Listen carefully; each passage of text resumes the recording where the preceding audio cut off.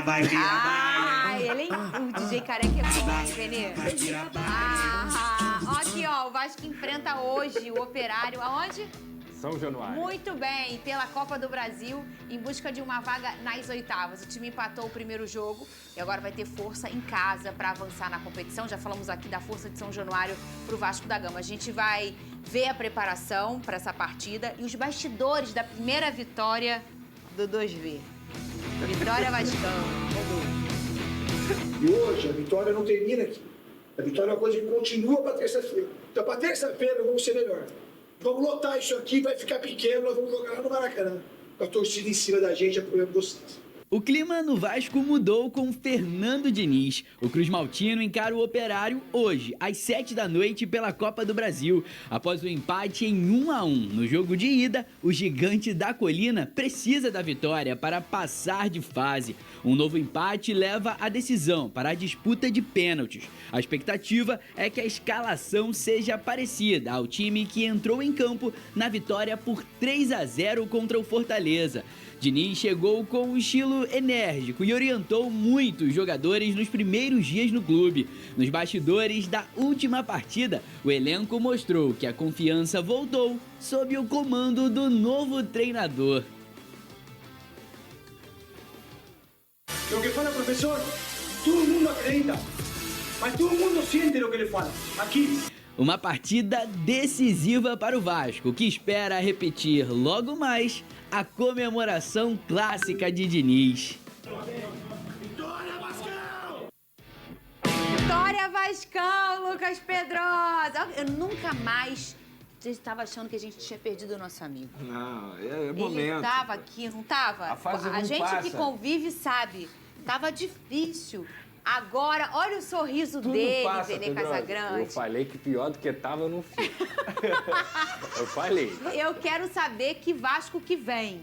Provavelmente Não o tem mesmo muita time. mudança, Não, né? O Diniz não muda muito, Coutinho né? foi expulso na última partida, mas para a Copa do Brasil não vale essa expulsão, então ele deve jogar contra o Operário normalmente. Deve ser um time formado por Léo Jardim, Paulo Henrique, João Vitor, Luiz Gustavo. Na lateral esquerda, Lucas Piton, Hugo Moura, Tietê, Coutinho. Na direita, Ryan. Na esquerda, o Nuno Moreira. E na frente, o artilheiro Verratti, que, como eu disse ontem, chegou a 50 gols com a camisa do Vasco em 101 jogos. Ou seja, é praticamente como se ele fizesse gol, jogo sim, jogo não. Jogo sim, jogo não. Impressionante como esse cara vem identificado com a camisa do Vasco da Gama. E é um dos pilares aí dessa equipe para o jogo de hoje contra o Operário. Acredito que vai ser um jogo um pouco mais difícil do que muita gente está imaginando, porque o Operário empatou com o Vasco em 1-1 fora de casa. E aí você olha a postura do Fortaleza, é uma postura de um time que veio jogar. O Operário não. O Operário vai realmente tentar arrancar uma classificação do Vasco em São Januário. O Vasco, desde o ano passado, em São Januário, inclusive, não perde jogos de Copa do Brasil, muito pelo contrário, conseguiu chegar na semifinal e até mesmo o jogo que foi eliminado acabou empatando, né? Não é mais um ambiente hostil. Não, muito pelo contrário. Lembra? Verdade. Pegou a referência? Verdade, peguei. Muito pelo contrário, assim, não é um ambiente hostil. O Fernando Diniz fala sobre isso, inclusive. Eles estão aqui não é para reclamar da gente, Claro não é pra... que não. Muito pelo contrário, a gente quer ganhar. Eles querem ganhar também, eles querem apoiar o time. E pro torcedor do Vasco, com todo o respeito, um pouco só já é suficiente para fazer uma festa. E isso não é que, meu Deus, fica valorizando um pouco. Não, é que o torcedor do Vasco é um torcedor que tem que ser muito valorizado, que na derrota, no empate, na vitória, tá sempre apoiando. Então hoje a gente deve ter casa cheia em São Januário e a minha expectativa é de vitória, realmente carimbando essa classificação para se preparar para a partida do próximo sábado contra o Fluminense. A gourmetização ainda não chegou na torcida do Vasco. Pelo Pensem contrário. um pouco sobre isso.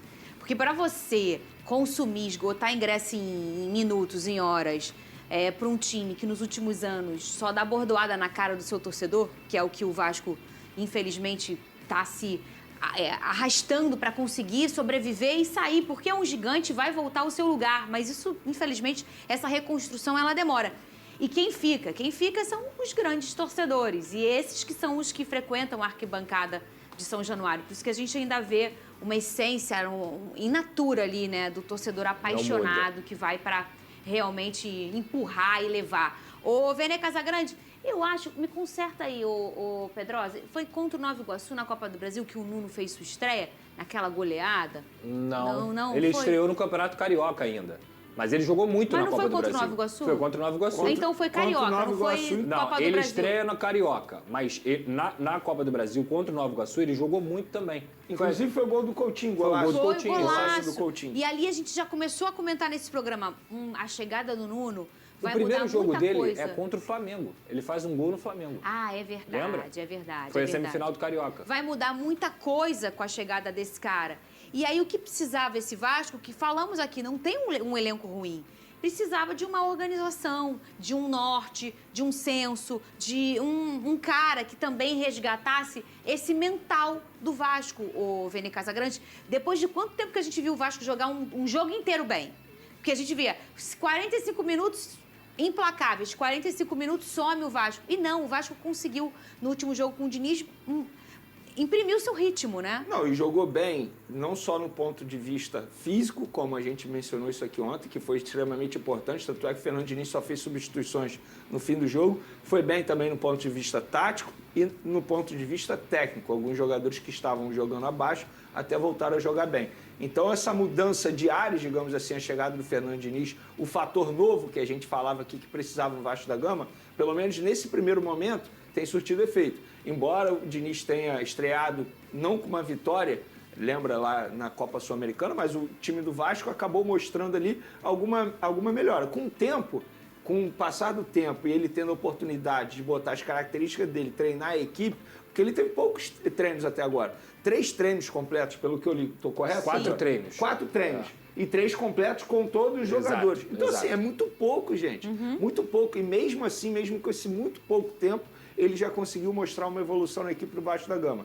É torcer para que continue evoluindo, mas diante do Operário, independentemente assim, se tivesse chegado treinador novo ou não, eu acho que o Vasco tem, entre aspas, a obrigação de passar pelo Operário. O Vasco é um clube enorme, uma camisa enorme. Por esses torcedores também em São Januário, que dentro de São Januário o Vasco não pode permitir algo diferente disso, que não uma classificação. Lucas Pedrosa, explica pro povo. O Vasco informou que sofreu transfer ban da dívida da FIFA por dívida na compra do Adson. Em nota, o clube disse que já estão sendo, obviamente, adotadas todas as medidas jurídicas cabíveis visando a reversão desse processo movido pelo Nantes.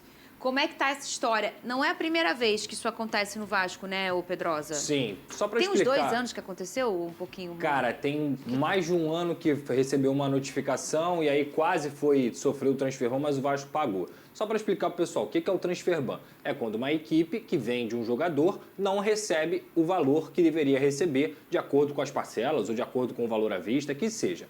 E aí, para poder receber, eles mandam notificação para o clube não paga e eles notificam a FIFA, que é justamente o maior órgão do futebol mundial. E a FIFA tem esse sistema para quê? Para proteger esses clubes financeiramente. Então, o Nantes, assim como o New Old Boys também aqui na Argentina, mas nesse caso o que gerou o transfer ban foi o Nantes, manda uma notificação para a FIFA faz um painel de juízes para entender o caso e aí, beleza, isso aqui tá demais, tá devendo realmente. Vamos fazer o transfer ban. O transfer ban acaba acarretando na proibição de registro de novos jogadores. Então, o Vasco, nesse momento, hoje, está impedido de contratar. Porém, tem que lembrar, e acho que isso é muito importante para explicar para o torcedor, que o Vasco vive uma situação diferente da maioria dos clubes. O Vasco está numa recuperação judicial. Então, todas as dívidas que o Vasco tem estão em processo na justiça, que são acima da lei até do esporte. É uma lei geral, realmente, uma recuperação judicial de uma empresa, que é a Vasco SAF, e com essa situação, a dívida do Adson em relação ao Nantes, né, do Vasco em relação ao Nantes por conta do Adson, ela está nesse processo. Assim como a dívida do Sforza também, com o New Old Boys, está nesse processo. Então, o Vasco tem 2 medidas que eles podem fazer. Recorre na FIFA e explica que está em recuperação judicial para que a FIFA possa fazer uma nova apuração e tirar esse transfer ban, ou, se a FIFA realmente não aceitar, faz o quê? Entra com o pedido na recuperação judicial para tirar essa dívida da recuperação judicial para que o Vasco possa pagar e aí zerar o transfer ban. Então essas são as 2 possibilidades que o Vasco já está correndo atrás. Muito bem. Isso aí, coisa de dias ou semanas, Pedrosa? Pô, Fernando, é muito difícil, assim, você quantificar. Mas, assim, a grande verdade é que o Vasco tem que resolver isso até a janela de transferências. É. Até lá, tá tranquilo, porque tá agora não fechada. tem como cadastrar ninguém, porque não pode ninguém nem contratar, nem nada. E você sabe por que clube brasileiro não pode ir à FIFA para cobrar de clube brasileiro? Eu ia perguntar, mas eu não sabia se vocês Por iam exemplo, responder, sabiam? muita gente questiona assim, por que o Flamengo não vai à FIFA reclamar do Internacional? Sim. Porque o Flamengo foi à FIFA e reclamou de 2 clubes portugueses que estão vivendo a mesma situação no Vasco. Se não pagarem 45 dias, vão sofrer o transfer ban. Porque aqui no Brasil, quando é clube brasileiro, tem que ir à CNRD, que é um órgão da CBF. E diferentemente do que acontece na FIFA, esse órgão da CBF não resolve tudo rápido, muito pelo contrário. Tanto é que o Cuiabá tem 40 milhões para receber de vários clubes brasileiros e vai ficar durante muito tempo sem receber porque demora esse processo. Triste. Que o Vasco pressione a bola, que o Vasco tenha mais apreço por ela também, quando tem ela, mais posse de bola, mas quando não tem ela, que busque, no perde pressão, naqueles 5 segundos, se não conseguir pressionar, baixar sua linha e ser agressivo.